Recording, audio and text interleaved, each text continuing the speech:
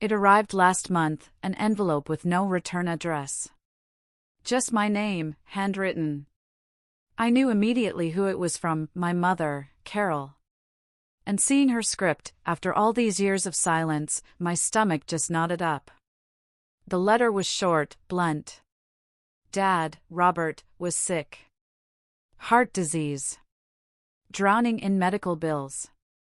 And then, the words I never thought I'd read from her: "We're sorry. We made mistakes. We miss you. Can you help?" I showed it to Chloe, my wife. She just looked at me, her eyes asking, "What are you going to do?" That letter, it brought back everything. All the accusations, the anger, the raw, isolating feeling of being utterly alone. But it also brought back something else, Grandpa Art's voice, whispering in my ear, "Take care of them anyway, Ethan. Not because they deserve it, but because that's who you are." You see, it wasn't always like this. Not by a long shot. There was a time, not so long ago, when my own family tried to tear me apart, all for a fortune they thought was rightfully theirs. My name is Ethan, I'm 30 now. But this story, the one that shaped me, it really starts when I was 23. Fresh out of trade school, working as an HVAC technician in Lancaster, Pennsylvania. Not glamorous, but I was good at it. Honest work, decent pay. I liked fixing things, the satisfaction of making cold air blow on a sweltering summer day. People appreciated you when you solved their problems. That was more than I could say for my own family. My family situation was complicated. I had a younger sister, Brooke, 2 years my junior. We weren't close. She was the golden child, the one who could do no wrong in my parents' eyes. I was the quiet one. Brooke got a B? Celebration. I got an A? A nod, maybe a reminder not to get cocky. My parents, Carol and Robert, ran a small insurance office. Comfortable, but obsessed with appearances. Sunday dinners, holiday cards, family photos where we all smiled like we actually liked each other. The image mattered more than the reality. But the real center, the one who actually held things together, was my grandfather, Arthur. Grandpa Art. He started a commercial refrigeration company in the 70s, built it into a regional powerhouse. Sold it for a little over $8 million, invested wisely, lived modestly. By my early 20s, his estate was worth around $12 million. Grandpa Art was the only person in my family who truly saw me. While my parents shuttled Brooke to dance recitals, Grandpa would pick me up, take me to his workshop. He noticed my interest in mechanical work, encouraged HVAC, even helped pay for my certification when my parents scoffed at trade school. He'd say, "Ethan, people who work with their hands, they build the world everyone else just lives in. Doctors can't heal if the hospital AC breaks down in July." That stuck with me. When I was 23, about 6 months before everything imploded, Grandpa Art pulled me onto the back porch during a family dinner. Everyone else was inside, watching football. He had that look in his eye, the one that meant something important was coming. "Ethan," he said, staring at his garden. "I'm 83. Had a good run. Need to make sure things are handled right when I'm gone." My stomach tightened. "I've been updating my will," he continued, "and I want you to know you're inheriting the bulk of my estate." I was floored. I started to protest, mumbled about splitting it evenly. He raised a hand. "Brooke has a spending problem. Never worked a real job, and your parents enable her. If I leave her millions, she'll burn through it in 5 years and blame everyone but herself." "Your parents? They care more about looking successful than being successful." He turned to me. "But you, Ethan. You've got integrity. You understand money is a tool, not a trophy. I trust you to be the steward of this family's future. You'll take care of them, even when they don't deserve it. That's the man you are." I didn't know what to say. He just patted my shoulder. "My lawyer, Mr. Albright, has the documents. It's done. Just wanted you to hear it from me first. We sat in silence, then went back inside like nothing had happened. My mistake? I told my parents. Looking back, it was stupid. I honestly thought they'd be proud, that it might even improve how they treated me. About a month later, at their house, I casually mentioned Grandpa had updated his will and I'd be receiving a larger portion because he trusted me to manage things responsibly. I didn't give specifics. The temperature in the room dropped. My mother's face went pale. My father's jaw tightened. Brooke, visiting that weekend, looked at me like I'd stolen something from her. That's not fair, she blurted out, setting down her fork. I'm his grandchild, too. I tried to explain it wasn't about fairness, it was about responsibility. But she didn't hear it. All she heard was that I was getting millions, and she was getting less. Her face twisted into something ugly for a split second before she smoothed it into confusion. He must not know the real you, she said, quietly. I should have paid more attention to that comment. It planted a seed that would grow into the worst nightmare of my life. 6 months later, Grandpa Art passed away peacefully. He was 84, lived a full life. The funeral was packed. I gave one of the eulogies, talking about how he taught me integrity. Brooke sat in the front row with my parents, dabbing her eyes. Now, I wonder if those tears were real, or if she was already planning. The reading of the will was scheduled for 2 weeks later, handled by Grandpa's lawyer, Mr. Albright. He was old school, meticulous, the kind of guy who knew where all the bodies were buried. The day before the reading, my phone rang.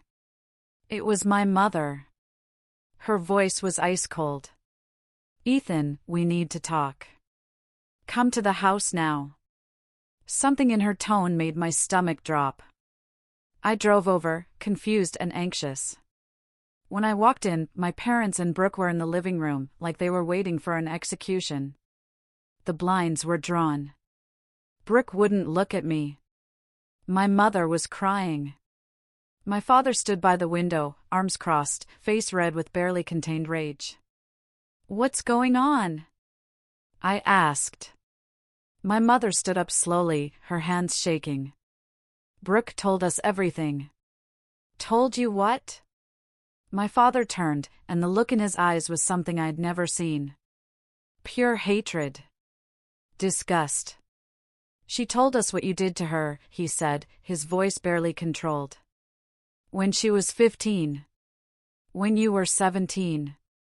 In this house. In her bedroom. My brain short-circuited. The words didn't make sense. What are you talking about? I asked. Brooke finally looked up, tears streaming down her face. Her voice cracked.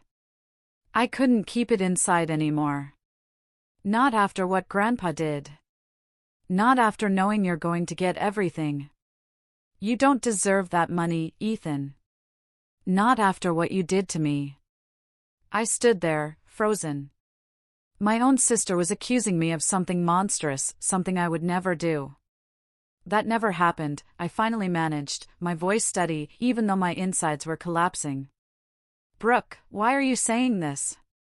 Don't you dare call her a liar, my father roared, stepping toward me. She told us everything. The details. Where, when, how you threatened her to keep quiet all these years. My mother was sobbing. How could you, Ethan? She's your sister. Your own sister. I looked at Brooke, searching for any sign. This was a joke. But all I saw was conviction. She'd committed to this lie completely. Mom, I said, turning to her. You know me. You've known me my whole life. You know I would never. I don't know anything anymore, she whispered. My daughter is sitting here crying, telling me her brother harmed her, and you want me to believe you? Yes, I said, simply. Because it didn't happen. My father grabbed my arm, his grip tight enough to bruise. Get out of this house. Don't come to the reading tomorrow. Don't come anywhere near this family. If you show your face, I'll call the police myself and tell them exactly what kind of monster you are. I stood my ground, looking at each of them. My mother wouldn't meet my eyes. My father was red-faced, trembling. Brooke sat there, crying tears that weren't real, playing the victim like she'd rehearsed it 100 times. I pulled my arm free. You're making a mistake, I said quietly. And when the truth comes out, you're going to have to live with what you did today. Then I walked out. That night, I sat in my apartment, staring at the wall. The accusation was so absurd, so utterly disconnected from reality. Part of me kept expecting to wake up. My own sister had accused me of something monstrous to cut me out of Grandpa's will. And my parents? They believed her. Without asking me a single question. Without wanting to hear my side. Without a shred of evidence. They just believed her because it was easier than believing me. I didn't sleep. I just sat in the dark, thinking about Grandpa Art, wondering what he would say. The next morning, I did something my father told me not to do. I showed up at the reading of the will. I wasn't going to let Brooke's lies erase me from my grandfather's final wishes. He'd trusted me. He'd believed in me. The least I could do was be there. Mr. Albright's office was on the 3rd floor of an old brick building downtown, dark wood paneling, leather chairs, law books. When I walked in, my family was already seated. Brooke gasped. My mother clutched her purse. My father stood up. I told you not to come here, he said through clenched teeth. And I'm here anyway, I replied calmly, taking a seat. Because this is my grandfather's will, and I have every right to be present. Mr. Albright looked between us, clearly sensing the tension. Is there a problem? He asked. My father opened his mouth, but I cut him off. No problem, Mr. Albright. Please proceed. He studied us for a moment, then nodded and opened the folder. The reading went exactly as Grandpa had told me it would. His house went to a charity for veterans. Personal items distributed to friends and extended family. My parents received $200,000 each. Brooke received $150,000. And I received the residual estate, including investments, accounts, and remaining assets, valued at approximately $11.4 million. The room went dead silent. Brooke's face twisted into something ugly. The mask slipped completely, and for a second, I saw pure rage. My mother started crying again. My father slammed his hand on the desk. This is wrong, he said loudly. There's been a mistake. Mr. Albright looked at him calmly. I assure you, Mr. Reynolds, there's no mistake. Arthur was very specific. He updated this will 3 times over the past 5 years, each version maintaining the same distribution. I have copies if you'd like to review them. He didn't know. Brooke blurted out, her voice rising. He didn't know what Ethan did to me. If he had known, he never would have left him anything. He would have left everything to me. Mr. Albright's eyebrows raised slightly. I'm sorry. What are you referring to? My father jumped in. Our daughter has recently disclosed that Ethan sexually assaulted her when they were teenagers. We believe this information would have changed Arthur's decision about the estate. The lawyer was quiet. Then he folded his hands. These are extremely serious allegations, he said carefully. If there's credible evidence of criminal conduct, that could potentially be grounds for a legal challenge to the estate distribution. However, I should inform you that Arthur anticipated family disputes might arise after his passing. He left explicit instructions for how to handle them. He pulled out another document, an envelope in Grandpa's handwriting. Arthur specified that any challenge to the will must be accompanied by verifiable evidence, reviewed by an independent party, before any distributions are altered or delayed. He also included a no-contest clause, meaning any beneficiary who challenges the will and loses forfeits their inheritance entirely. My father's face paled. What do you mean, evidence? Police reports, court records, medical documentation, witness statements under oath. Something substantive and verifiable. Mr. Albright looked directly at Brooke. Miss Reynolds, did you ever report this alleged assault to authorities? Brooke's confidence flickered for the first time. No. I was scared. He threatened me. Are there any witnesses? Any documentation at all? A diary entry? A text message? Anything? No, but that doesn't mean, then I'm afraid without evidence, there's nothing actionable here. The estate will be distributed according to Arthur's wishes. Mr. Albright closed the folder. I should also mention that if you pursue a challenge without substantive evidence and lose, you forfeit the $150,000 Arthur left you. Brooke's face went white. My parents looked at each other, clearly not having expected this. This isn't right, my mother said weakly. He would have wanted to know. He would have changed his mind. Mr. Albright's expression softened, but his voice remained firm. Mrs. Reynolds, I've known Arthur for 30 years. He was one of the most thorough, thoughtful people I've ever worked with. He spent months considering this estate. He knew exactly what he was doing. He paused. And frankly, if you'll forgive me for saying so, he anticipated something like this might happen. What's that supposed to mean? My father demanded. It means Arthur knew his family very well. He structured this will specifically to protect his wishes from challenges based on last-minute accusations without proof. He told me, and I quote, if there's drama after I'm gone, make sure the truth wins. That's what I'm doing. Brooke exploded. You can't just ignore what I'm telling you. He assaulted me. My own brother. Mr. Albright remained calm. I'm not ignoring anything, Miss Reynolds. I'm simply following the legal framework your grandfather established. If you have evidence, I encourage you to pursue appropriate legal channels, file a police report, press charges, have your day in court. But accusations alone cannot alter a legal document. My father stood, knocking his chair backward. This isn't over. We'll get our own lawyer. We'll contest this in court. We'll expose him for what he really is. Mr. Albright nodded. That's your right. But I'd advise you to remember the no contest clause. And I'd advise you to remember that courts require evidence, not just accusations. They stormed out without looking at me. Brooke shot me one last glare as she passed.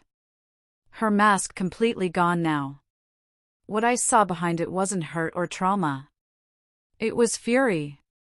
The fury of someone whose plan had just hit an unexpected wall. I stayed behind to shake Mr. Albright's hand. Your grandfather was a wise man, he said quietly. He knew something like this might happen. That's why he built in those protections. He saw things other people didn't, I said. Yes, he did. Mr. Albright looked at me with something like respect. He saw you, Ethan. He told me once that you were the only member of his family who never disappointed him. He said everyone else wanted something from him, but you just wanted to spend time with him. I had to look away for a second. That hit harder than I expected. The estate transfer will take a few weeks, he continued. But the money is yours. Arthur made sure of that. And Ethan, for what it's worth, I don't believe a word of what your sister said. I've been doing this for 40 years. I know what real trauma looks like, and I know what a fabrication looks like. That was a fabrication. I nodded. Thank you, Mr. Albright. Call me Howard. Your grandfather did. The next few months were brutal. Even though I'd been cleared, my family launched a full campaign to destroy me. My parents called every relative, every family friend.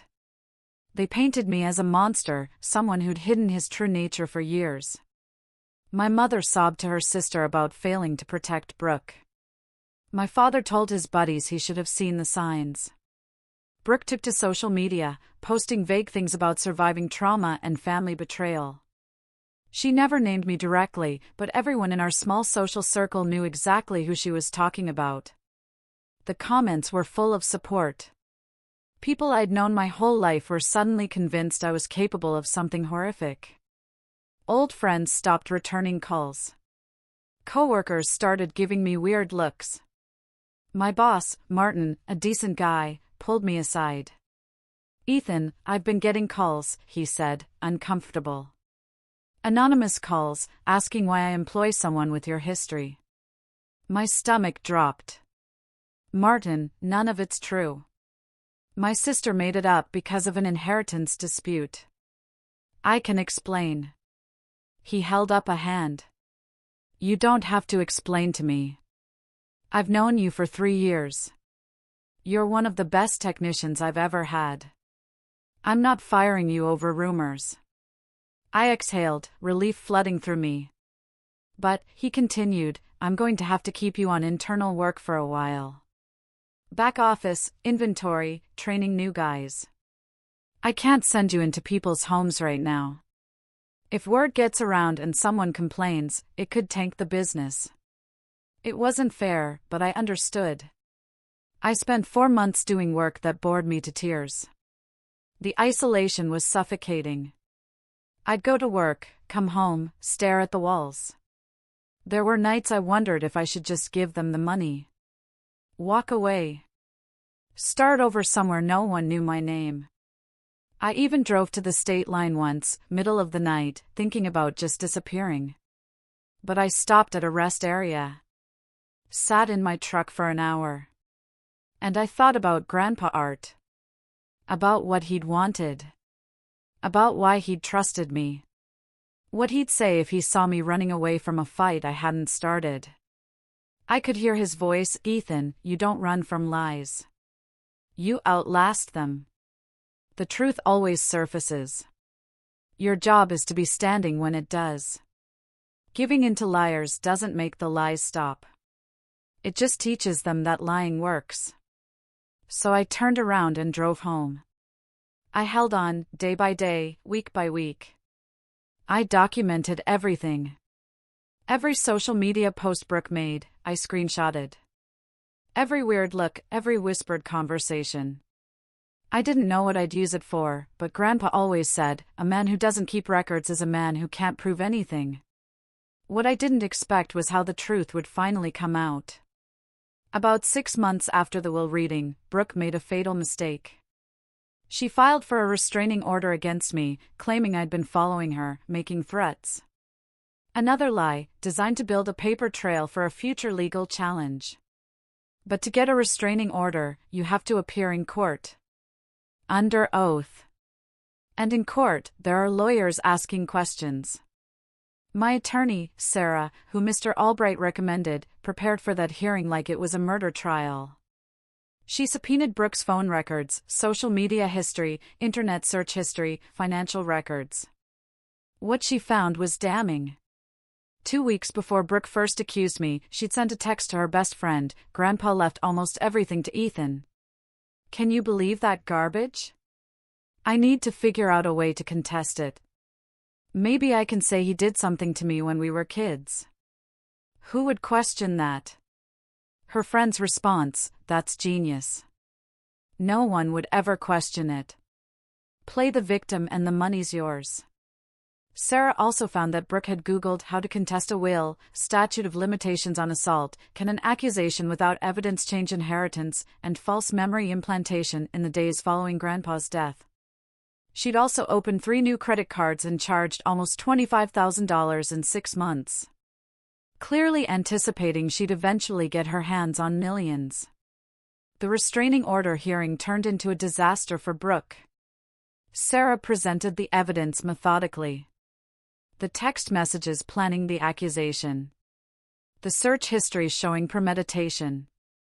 The timeline proving Brooke's accusation came only after she learned about the will distribution, not before. Brooke's lawyer tried to object, tried to explain. But there was too much. The picture was too clear. The judge, an older woman named Judge Davies, who'd seen plenty of family disputes, wasn't just skeptical. She was visibly angry. "Miss Reynolds," her voice cold as ice. "The evidence presented here strongly suggests your allegations against your brother were fabricated specifically for financial gain. Not only am I denying this restraining order, I'm referring this case to the district attorney's office for potential criminal charges, including perjury, filing a false report, and attempted fraud." Brooke's face went white as paper. My parents, sitting behind her, looked like they'd been hit by a truck. The judge turned to me. "Mr. Reynolds, I'm sorry you've had to endure this. The court system exists to pursue justice, not to be weaponized for personal vendettas. What your sister attempted to do to you is despicable, and I hope the relevant authorities pursue appropriate consequences." I just nodded. I didn't feel triumphant. I didn't feel vindicated. I just felt tired. Bone-deep exhausted from months of fighting a battle I should never have had to fight. The fallout was swift and merciless. The district attorney did file charges against Brooke. The text messages alone were enough for fraud. Her statements under oath added perjury. Her lawyer tried to argue she'd been emotionally overwhelmed, but the DA wasn't buying it. Cases like this, where false accusations are used as a weapon, they wanted to make an example. The local news picked up the story. Not a huge headline, but enough that people started talking. Enough that the narrative began to shift. Suddenly, I wasn't the monster everyone had been warned about. I was the victim of a scheming sister who'd lied for money. People who'd avoided me for months started reaching out. A coworker, Sean, sent a text, "Sorry, man. Believed the wrong person." Martin put me back on regular service calls. Old friends called, stammered through awkward apologies. I didn't blame them, not really. Brooke had been convincing. My parents had backed her up. When your own family is accusing you, people tend to believe them. But I also didn't pretend everything was fine. Some relationships were damaged beyond repair. Some people had said things that couldn't be unsaid. I accepted sincere apologies, but I also learned who my real friends were. Brooke ended up pleading guilty to a lesser charge. 3 years probation, 200 hours of community service, and a permanent mark on her record. The judge made it clear any violation meant jail time. I was in court when she entered her plea. She wouldn't look at me. Her lawyer did all the talking. My parents weren't there. I guess even they couldn't stomach watching their golden child admit to what she'd done. Afterward, in the parking lot, Brooke's lawyer approached me. "My client wanted me to tell you she's sorry," he said, looking uncomfortable. I looked past him to where Brooke was getting into her car. She glanced up for just a second, and our eyes met. "Tell your client," I said, "that sorry doesn't give me back the 6 months of my life she stole. Tell her sorry doesn't undo what she put me through. And tell her that if she ever comes near me again, the restraining order won't be the one she filed." The lawyer nodded and walked away. I never spoke to Brooke again. As far as I'm concerned, I'm an only child now. My parents tried to distance themselves from the whole thing. Suddenly, they were shocked by Brooke's actions. Manipulated by her lies. Suddenly, they wanted to reconnect with their son. But Mr. Albright had one more card to play. He produced another document, a letter Grandpa Art had written, to be opened only if there was a dispute over the estate. He'd given it to Mr. Albright with instructions to use it at his discretion. Mr. Albright read it aloud in his office, with just me present. "To whoever is reading this," the letter began. "If Howard is sharing this, it means my family has shown their true colors. I want to explain why I made the choices I made. My son Robert and his daughter-in-law Carol have always prioritized appearance over substance. They raised Brooke to believe she was entitled to things she hadn't earned, and they failed to see the quiet strength in Ethan. I love them, but I don't trust them. I fear that if I leave them significant wealth, they will squander it and blame everyone but themselves. Ethan is different. He's worked for everything he has. He understands that money is responsibility, not reward. He has the character to build something lasting and the integrity to take care of family even when they don't deserve it. If my family is fighting over this estate, if accusations are being made, if people are showing sides of themselves I always suspected but hoped I was wrong about, then I want Ethan to know this. I chose him because he earned it. Not through flattery or manipulation, but through being the kind of man I always hoped my family would produce. Son, take care of them anyway. Not because they deserve it, but because that's who you are. And know that wherever I am, I'm proud of you. I had to stop reading after that. Mr. Albright handed me a glass of water and waited. He knew, I finally said. He knew they might do something like this. He suspected, Mr. Albright said. He didn't want to believe it, but he prepared for it. That's the kind of man he was. A year after the hearing, I finally had full control of the estate. The transfers were complete. The investments consolidated. Mr. Albright helped me set up the structure Grandpa had recommended, trusts and accounts to preserve the wealth. I kept working as an HVAC technician. I liked the work, it kept me grounded. And honestly, after everything, I needed normal more than luxury. But I also did something Grandpa would have wanted, something I knew was the right thing to do, even though part of me didn't want to. I set up a trust that would provide for my parents if they ever truly needed it, medical emergencies, housing if they lost their home, basic necessities. They'd never be rich from it, but they wouldn't suffer either. I didn't tell them. I didn't want thanks or reconciliation. I just did it because Grandpa had asked me to take care of family even when they didn't deserve it. Some people never learn. 3 years have passed since then. I'm 29 now. A year after getting full control of the estate, I started my own HVAC company, Reynolds Climate Solutions. Just me and 2 guys I trusted. Within 18 months, we had more work than we could handle. I bought a house outside of town. Fixed most of it up myself. I met Chloe at a job site. Her veterinary clinic needed a new cooling system for their surgical suite, and I handled the install personally. She had 2 rescue dogs, a no-nonsense attitude, and she laughed at my terrible jokes. We got coffee. Then dinner. 6 months in, I told her everything, the accusation, the court case, the family I'd lost. She listened without interrupting. Then she said, "So, when do I get to meet Howard? He sounds like good people." We got married last spring. Small ceremony, 40 people. Mr. Albright was there. So were some of Grandpa's old friends who'd reached out after everything went public. My coworkers came. Chloe's family came. My family wasn't invited. Mr. Albright's wedding gift was a framed photo of Grandpa art I'd never seen before. Him at maybe 40, standing in front of his first service truck, grinning. On the back, Mr. Albright had written, he would have loved her. Brooke burned through her inheritance in 18 months. Designer clothes, a trip to Europe, and a boyfriend named Kevin who drove a leased BMW and talked about cryptocurrency. Kevin disappeared 3 weeks after the money ran out. Brooke moved back in with my parents. Last I heard, she's a receptionist at a dental office.